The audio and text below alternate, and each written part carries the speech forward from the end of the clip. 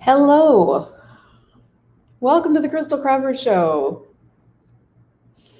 I'm Christel, and this week we are going to dive into Confessions of a Recovering Control Freak.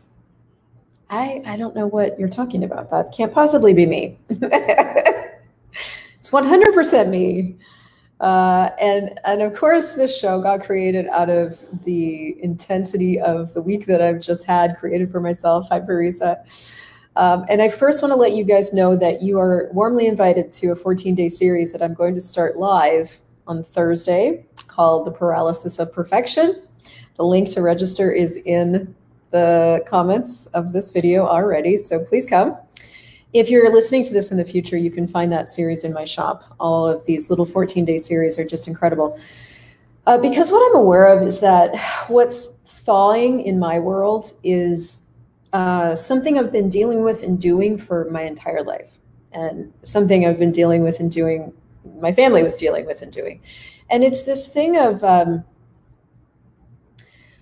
control. Now, this is going to be more of a show on sort of the stories leading up to the tools that I'm using, because I really want this to be something that you can use in your life, no matter where you're doing control. And then what we'll do in the series is really expand on it. So let's get started. Okay, so there's so much to this for me. And so, man, the thing that I've been noticing since I moved to Panama is that more and more, most of what I could control in North America is no longer in my control. There's the language, there's the culture, mostly the language and the culture, probably primarily the language, honestly, but then the culture. So those two things. And so what's been showing up out of that is, well, probably the third element that's been really thrown my world into a totally different possibility is that we also moved into a circle of people that Andres knows really well, including his family. So the combination of those three things for me has like loosened up so many different areas in my life that I was doing control and I didn't even know I was doing control. And a lot of you guys know that 3 years ago, I started really, 2 years, I started really asking the universe to show me what receiving is for me. Now, the thing is that control and receiving cannot exist in the same universe. They're mutually exclusive. It's just like gratitude and judgment can't exist in the same universe. So here I go, brave me, going, show me what receiving is for me. And the universe is like, okay, move to Panama. And I'm like, like this whole month for me has been one big ah. Now, I have to also tell you in the same breath that we have had so much ease in getting everything set up. And Andreas has contributed to so much ease with everything occurring. So what's occurring for me is literally an internal de-thawing. And so it has nothing to do with what is occurring around us. We literally have so many people that are stepping up to give us connections and support and make it as easy on us as they possibly can. And that's contributed to me really looking at what the heck is going on for me, because I haven't really been able to fully access the level of gratitude that I could truly choose. And then on top of that, I've been going into these massive freakouts at him over things that are not really my reality. So I guess I say all that to tell you that you'll probably start to notice that you're doing something that's not working very well when the level of difficulty in your world doesn't really match what could be for you. And that's how I start to notice that I'm doing it. So I started really diving into like, what's going on? Like, what's happening? So here's one of the first things that I got really conscious of. And that is that when we move, I've done my whole life a lot of control to cope with a lot of insanity. And when I have sessions with people or conversations with people in and around using the access tools and whatever, what I notice is that the people who do the most control are the ones who've used that mechanism to try to handle insanity. If you've watched my show at all, you know that my life's been insane. A lot of you have had really insane lives. On top of all of that, I'm super, super, super, super, super aware. So there's been a lot of insanity, and I'm super aware. So take the insanity and multiply that by 1,000,000,000, and you have how it's been for me. Basically living like a live wire, a live nerve my entire life, and not knowing that that's what I was. So when you have that level of ability with awareness, and on top of that, you're handling a lot of insanity. And listen, you know, the insanity in my life was really obvious. There was violence and arguing and sexual abuse and religious abuse and financial abuse. We had all the abuses. In some of your lives, the abuses weren't as obvious. The insanity maybe wasn't as obvious, you know, but any kind of judgment is insanity. And when you have a level of awareness that you've never acknowledged, never been shown, never been educated about, and definitely never been taught to use, and you're trying to cope with or handle all this insanity, and any judgment is insanity, then you have an interesting situation for yourself. And so I watched my mom do this, and then I did it way better. A lot of control to try to cope with the insanity. Now, the only reason I'm prefacing this whole thing with that is that it is really useful to look at what you've come through and how you got yourself here. Control is just a power that we simply use against ourselves. Now, perfection is like control squared. You know, it's like going after perfection in an effort to not fill in the blank, to not fuck up, to not be wrong, to not, you know, whatever, is like control exponentialized. So that's why we're going to go there, you know, really dive into the tools you can use with the paralysis of perfection, because that's what perfection does. It paralyzes you from actually having other choices, but it's just control. And,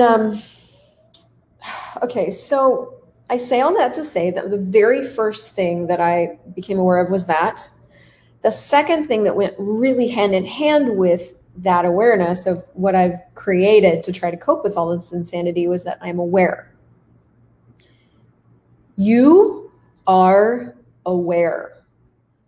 Now, here's how I listen. I know I talk about this all the time. I get it in a different way all the time. And I got it in a different way this week in regards to the move.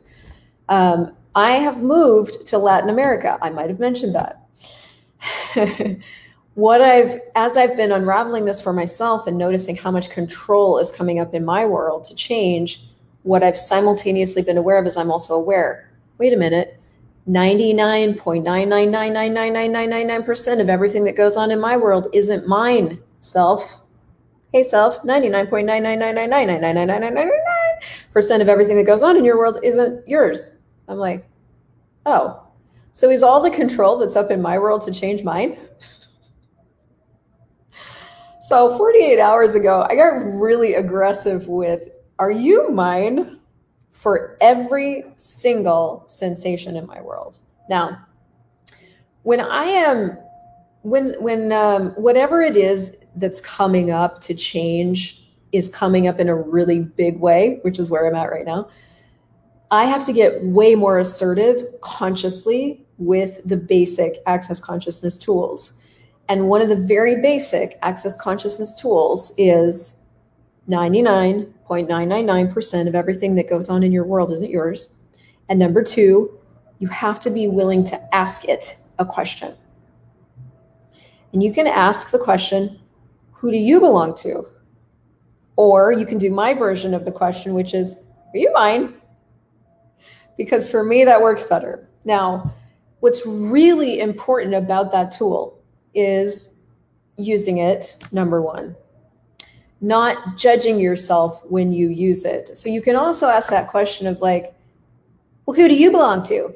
Which is not the curiosity of, who do you belong to? Are you mine? And number three, it's not enough to just say the words of the tool. That's doing the tool. You have to be the energy of, you mine? And get present with sensations. Now, for me, a lot, when I start to spin in control and like, so control for me, right, really shows up as anger. I do a lot of anger with control, or depression, sort of the flip side of the same coin. And when I'm doing a lot of anger or a lot of depression, that depressed energy of like, this is hopeless, I'm powerless, all that stuff. That's when I know that I'm like coping and I'm no longer being, I'm not curious, I'm not handling my awareness. I'm like at the effect of it severely, you know? So that's what, so I say that because you will have signs of when you're coping. Maybe your signs are, you know, you start to order everything in your life more. You know, I do that. I've done that too, where it's like everything's out of my control. So I start to order everything else that I feel like I can't control. That could be one of your signs.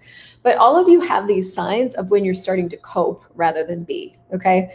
Important to pay attention to. Why? Because when you start to cope, the person who doesn't get to be is you. And I don't know about you, but that's so hard on my body. And it's like so hard to be in a relationship with me when I'm doing that. Like it's so hard on everything. So what I do with this tool is like, the sensations that show up in my world when I'm starting to control most of the time show up here in my chest. And they're this, and then when that sensation shows up, that's when I start to go into my head and spin, not the other way around. So this last 48 hours, I got really aggressive with every sensation and I would look at it. Look, meaning I would perceive it. I would feel it in my body because your body feels, beings perceive. And I would ask it and get present with it and go, are you mine? Immediately, I got the energy of no. Now, once you get what's really true for you, it will dissipate. If it doesn't dissipate, you haven't gotten to what's true, period. It's not that the tool's broken. It's not even that you don't know how to use it. It's that you haven't gotten present with what's true. Getting present with what's true, even if what's true is a judgment, will make it dissipate. So that's why this question is so effective. So I really, for the 48 hours, I've been going, are you mine? And it goes, no. Now, what's been showing up for me with that no, and in that dissipation moment is I got access to a whole bunch of other awareness simultaneously, which was really cool. I don't think I've ever really noticed that before.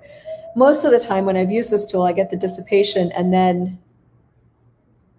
I move on, right? But lately what's been happening is that the dissipation occurs and I also get all this simultaneously awareness of all these other things. So this is a very, very, very, very, very, very, very, very powerful tool when you are it. And that takes some practice, but I want to emphasize that. But the first step is getting that 99% of what shows up in your world. And honestly, it's more like 100%, but let's leave some room for doubt just for fun. Isn't yours. Okay, so this has been huge for me to start handling this, okay? To move myself from coping into generating, which is where you're being proactive with generating your life, I've had to go, wait a minute, first of all these things that I've been buying as real and true and reacting to them as if they're real and true, are they even mine? No. Okay. Let's pin that, okay? I've moved to a country where control and perfection are the reality. Control, perfection, doubt, improving are the predominant energies here, okay? Important to identify what the predominant energies are where you're living. It's important. Why? Because you've likely been functioning from them as if they're yours. So predominant energies where you're living, predominant energies in your house, predominant energies in the people that you spend the most time around it's very valuable to identify those. Because what I started to, as I started to identify these, because for me, it was just weird that I'm going into all this, like, I've been very aggressively reactive. And I know I've talked about that, but it's been really intense in the last month since we moved here. So, you know, because that's kind of my default thing anyway, that's how my family was, that's what my mom did, that's what I learned, that's my default thing anyway. When I don't acknowledge how aware I am, I default to that, you know? And it doesn't make anybody happy. When mama ain't happy, ain't nobody happy. And mama ain't even happy, you know? So identifying the predominant energies that are here was huge. Because I started to, like, you know, we'd go out and walk around and, you know, be in the mall or on the street. And I would look and I'd be like, wow, I am validating the reality here as if it's real and true for me. And it isn't. And then I got to the next step, the next point, which is that awareness of like, oh, I'm different. Now, again, this sounds so fucking basic, but you strengthen difference in your world and see how basic it is. It is strengthening the awareness for myself of how different I am has probably been one of the most work I've ever had to do with me, because I'm so practiced at giving away my reality. I just give it away, because this is how awareness works. Awareness is just like, you're aware of everything and it's a soup and you're in it. That's how awareness works. There's no separation between you and anybody else. There's no separation. That's not how awareness works. So if you do not strengthen the awareness and the knowledge and the being of how different you are, you'll just get swept away in everything you're aware of, and you'll do feelings and you'll justify it by reacting all over the map, right? That's what I've done in the past. So man, I looked at this and I'm like, I am very, very different. Now, we're also hanging around a lot of Androis's circle, but sort of like his sideways circle, right? His friend, his sister has a big circle and he knows them through his sister. So whatever, but that whole circle is amazing and functions from a lot of judgment of themselves. Okay. So there's a lot of fashion here. There's a lot of like wanting to look like you have it all together, wanting to be on the up and up, wanting to look like you're on the up and up. There's a lot of image, a lot of control from that point of view, right? Controlling your choices to be right, good, perfect, and correct. Now that's a very familiar energy for me. That's what my family did. We did religion. We did right, good, perfect, and correct. So coming to a whole country where that is like the dominant energy, not acknowledging that I'm aware and that I'm different is a death for me and death for everybody around me. Okay, so I'm different. And so I started to look at that because I have 8 years of these tools now. So thank fuck. And listen, if you're listening to this and you're new to Access Consciousness, all I can tell you is do more Access Consciousness. Just keep doing it. Just keep doing it. Keep running your clearing loops on your phone. Keep going to classes. Keep reading the books like it starts to work. So I'm different. And so I looked at that and I'm like, okay, what is different about me? And I was like, do I, Christel, have a point of view about image? Yes or no? No. Do I, Christel, judge my body? Yes or no? No. Can I do judgment of my body? Of course, easily. Do I have a point of view about the way I'm dressed? Yes or no? No. Am I trying to take a point of view about the way I'm dressed? Yes. Why? Because that's right here. That's what you're supposed to do. So I started, that's the thing, you can start going through your world and go, do I actually have a point of view about this? Is this actually true for me? And so as I did that, I got, okay, cool. So none of this that I've been trying to function from, which is unsuccessful, is true for me. Okay, so point number 3 is, if it's not true for you, you won't be able to live by it. So you'll have to then discover what is true for you. So here was the demand I made of myself, because I was doing this thing where I was giving away pleasure in being me in favor of judging everything. That's not my reality. My reality is the pleasure of being myself. But it's not, I'm not practiced at having that reality in the face of all these people. You know, I made some of this significant, right? I made that significant. That's his sister. Those are her friends. We're in Panama City. I made some of that shit significant. And in the face of it, gave up being me. So I made a demand of myself. And I'm like, my demand of myself is that I like me no matter who I'm around or what I'm wearing or what shape my body's in that day or that week or that month or that year. That's my demand of myself. And I am going to put all my energy into generating that as my reality in the face of what I become aware of, no matter where we go. When we go out to dinner and I become aware of all the judgments that are there. When we go here and I become aware of all the entities and the demons and all the judgments that are there. When we walk into this building and I become aware of all the linearity and all the structure and all the control in this building, no matter what is going on, I am going to like me. Now, that's going to take some work. I right now have to be so alert with myself, so conscious. That's fine, because I had to do this before and it always generates a different reality. But that demand you make of yourself will will open up a different possibility for you. So what do you want to demand of yourself, right?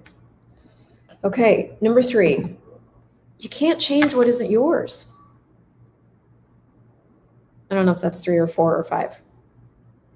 You can't change what isn't yours. You can't change what isn't yours. Now, here's another facet of this demand of myself to like me is like, one of the things you can ask yourself is, how many people am I aware of that don't like themselves? More than 1, more than 50, more than 100,000, more than 1 million. That's another thing that occurs that gets more obvious, like when you move, is that you tap into a whole new universe of things, different dominant energies, right? So how many people here don't like themselves? Whew. How much of that is cultivated by the religion and the culture? A little bit or a megaton. So you are initiated and impelled to not like yourself here. Because if you like yourself, then you're not humble. If you like yourself, then you might be wrong. If you like yourself, then you'll sin. If you like yourself, then you'll be too high on your horse and you won't. I mean, if you look at the religious stuff that gets impelled in this country, and so you look at your own country, look at your own mix, right? You are impelled to not like yourself. So is it that I don't like myself, or is it that I'm aware of people not liking themselves? So that demand of me to like myself flies in the face of the dominant reality. And that's why I kind of circle back to point number 2 of getting that you're different. Now, you being willing, me being willing to be that different here is going to do a thing. It's going to do a thing.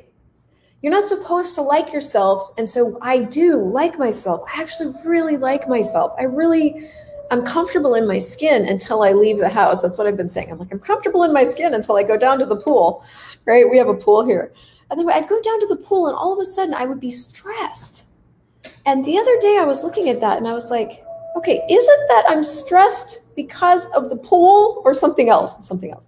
How many judgments, projections, expectations, separations, judgments, and rejections? I can't do anything about the background sound. I'm so sorry. There's construction. How does it get better than Panama?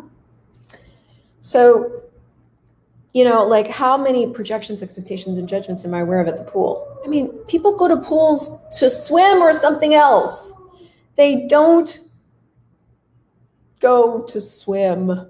They go to be seen. They go to judge. They go to do whatever they're going to do, right? So it's a never-ending conversation about how aware you are. So you got to get that you're aware. You got to get that you're different. You got to get that you can't change what isn't yours. You got to get that the fact that everyone else is living from it doesn't make it any more real or true. I have not met here yet a person that doesn't judge themselves. No, I don't know if I've met a person like that anywhere in the world. Okay, fine. I would say here it's more dynamic. Does that make judging yourself more real or true? Just because everybody's doing it. You can look at this with COVID as well in the vaccine. Does the fact that everybody is telling you to get the vaccine make that more real or more true? Does the fact that everyone's telling you that COVID is a real thing, that it's a this and a that and a this and a that and a this, everybody's got an opinion, does that make it any more real or true? If you don't strengthen what's real and true for me here, you will always be at the effect of what everybody else is making real and true. And the fact that it's the dominant reality doesn't make it more real and true. It just means that right here, right now, it's a dominant reality. So what I've been asking is, what's it going to take for me to be willing to impose my reality no matter where I go? Now that takes strength and that takes courage, because that will not be validated by anybody around you. Period. Nobody's even going to notice. The only thing that's going to occur is you'll be happier and it will change things. How it will change things, you don't know. That it will change things, you can know, because you are different. So you being willing to be that different and impose that energetically wherever you go creates a different reality. It creates a different possibility. It creates the exposure of a reality that nobody else has had the strength or the courage to be. So what are you that you can choose to be? And everything that doesn't allow it times a godzillion, will you destroy and create it all? Right, wrong, good, bad, POD, all nine shorts, boys and beyonds. And you can find that clearing statement at theclearingstatement.com. Cool. So number 5 point that I wrote down is like, you have to give up coping and perfection as the point of view. I remember the moment that I read in the reference materials, which is this big body of work that's archived material from classes ever in the history of Access. Gary said, you've got to give up survival as a point of view. And at the time I was really researching money, you know, like how to change my financial reality. And that definitely applies to money. You will never thrive with money if you are doing survival, period. So that worked. That worked. I gave up survival as a point of view with money, and now I'm thriving. So it works.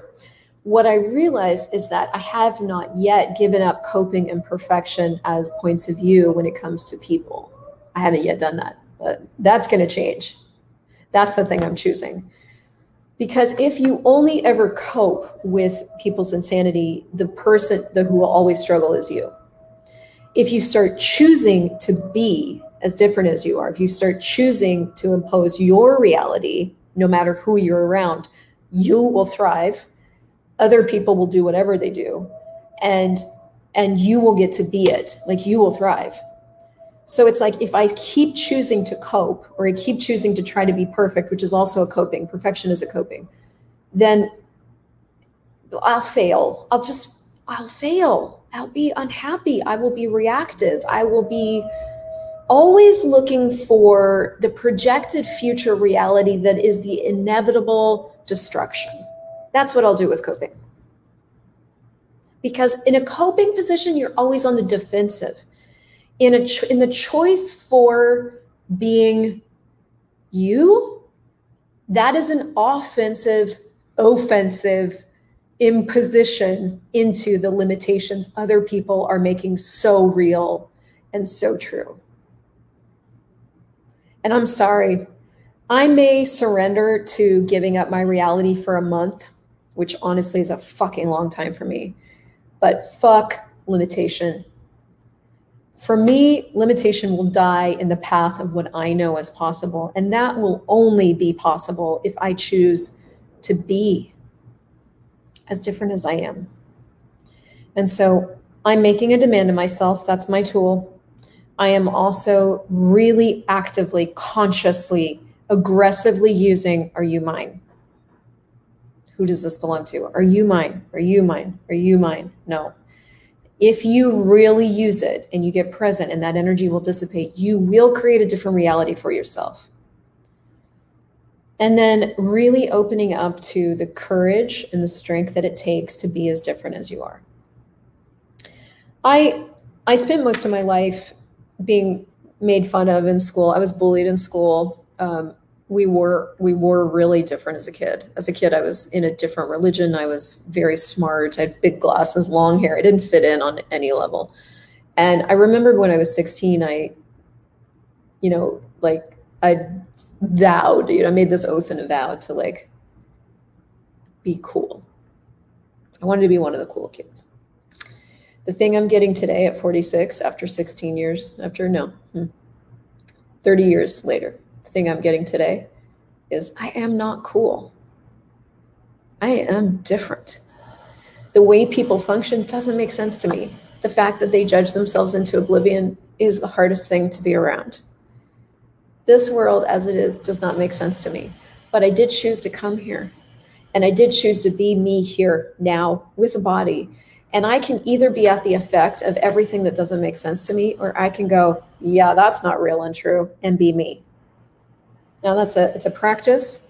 It's something you have to learn. But for me, it's life worth living. So if you want more on this, we're going to deep dive into it for 14 days, and the link is in the comments. Going beyond the paralysis of perfection. We will definitely get into coping in that series and a bunch of other things that I'm so excited about. And if it's not time, that's okay. Just I did a $15 Who Does It Belong To challenge that's in my shop if you want to go find it. If you need a guided 3-day intense exposure to the tool. And otherwise, just take what I've said here and apply it to your life. We did not come here to suffer this world. We came here to create a different one. And that will only be possible if we start to really actively choose to be the difference that we are. So what's that going to take?